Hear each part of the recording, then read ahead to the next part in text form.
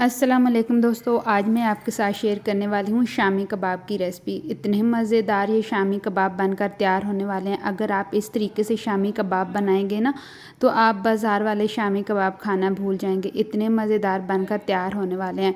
अगर आपको ये होता है ना कि हम शामी कबाब बनाते हैं और वो टूट जाते हैं, उनकी कोटिंग जो है वो घी में जाते साथ ही खुल जाती है, तो सभी इस वीडियो में मैं आपके साथ शेयर करने वाली हूँ। आपने स्टेप बाय स्टेप रेसिपी को फॉलो करना है। तो चैलेंज स्टार्ट करते हैं कि आज हम शामी कबाब कैसे बनाते हैं। आज जो हम शामी कबाब बना रहे हैं ना वो 1 पाव चिकन से बना रहे हैं। बहुत ही ईजी सी रेसिपी है, कोई ज़्यादा लंबा चौड़ा आपने काम नहीं करना है। तो चैलेंज स्टार्ट करते हैं। तो शामी कबाब बनाने के लिए यहाँ पर हमने पहले प्रेशर में पानी ऐड कर दिया है और 1 कप जो चाय वाला होता है ना वो हमने भरकर चने की दाल का लिया है, वो हमने पानी में डाल दिया है। चने की दाल को हमने पहले अच्छी तरह धो लिया है। 1 पाव चिकन लिया, उसको भी पहले हमने अच्छी तरह धो लिया, वो ऐड करेंगे। एक मीडियम साइज़ की जो प्याज है उसको हमने रफली काट लेना है, वो ऐड करेंगे। 2 हमने हरी मिर्चें ली हैं, वो ऐड कर दी हैं और साथ हम पाउडर मसाले ऐड करेंगे। और साबुत ही हमने इसमें ऐड कर देना है लहसुन। हमने 10-12 अदद लहसुन के जवे ले लिए हैं, वो हमने इसमें ऐड कर दिए हैं। लाल मिर्च का पाउडर हमने ऐड किया है 1 टीस्पून भरकर। अगर आपको ज़रूरत पड़े तो आप हस्ब ज़रूरत और भी ले सकते हैं। धनिया पाउडर ऐड करेंगे, नमक ऐड करेंगे और साथ हमने गरम मसाला ऐड कर देना है। जो हमने ये गरम मसाला ऐड किया ना इसमें सभी जो है ना खड़े मसाले उनको हमने ग्राइंड करके उनका पाउडर बनाया हुआ है। अगर आपके पास खड़े मसाले हैं उसमें दालचीनी, स्टेक और मोटी इलायची आपने लाजमी ऐड करनी है, क्योंकि उन्हीं मसालों में से इसमें अच्छा सा फ्लेवर आता है। शामी कबाब में हमने बंद करके रख देना है 10 मिनट के लिए। 10 मिनट के बाद हमने चेक कर लेना है। यहाँ पर अच्छी तरह जो दाल है वो गल गई, लेकिन इसमें पानी है। पानी हमने सारा अच्छी तरह जो है खुश्क कर लेना है ताकि इसका एक थिक सा पेस्ट बन जाए। मैं आपके साथ जो भी रेसिपी शेयर करती हूँ मेरी पूरी कोशिश होती है वो सिंपल और सादा हो और उसका जो टेस्ट है वो बहुत ही लाजवाब हो, घर के ही मसालों से बनकर तैयार हो जाए।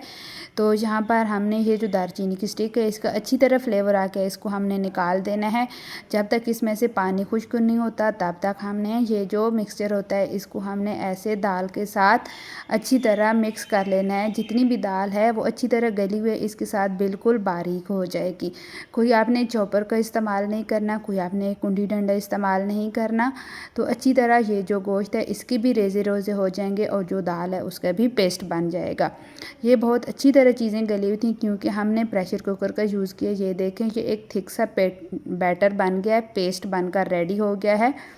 तो इसको हमने यहाँ पर फ्लेम को बंद कर दिया है और प्रेशर को हमने नीचे उतार लेना है और जितने भी ये पेस्ट है इसको हमने एक बर्तन में डालकर फ्रिज में रख देना है ताकि ये अच्छी तरह ठंडा हो जाए।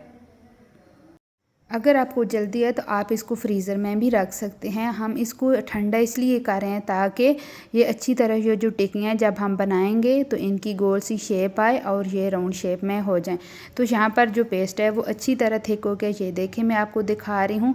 यहाँ पर हमने ऑयल ले लेना है। ऑयल से बहुत अच्छी जो टिक्कियाँ हैं उनकी शेप बनती है और जो पेस्ट है वो हाथों के साथ चिपकता नहीं है।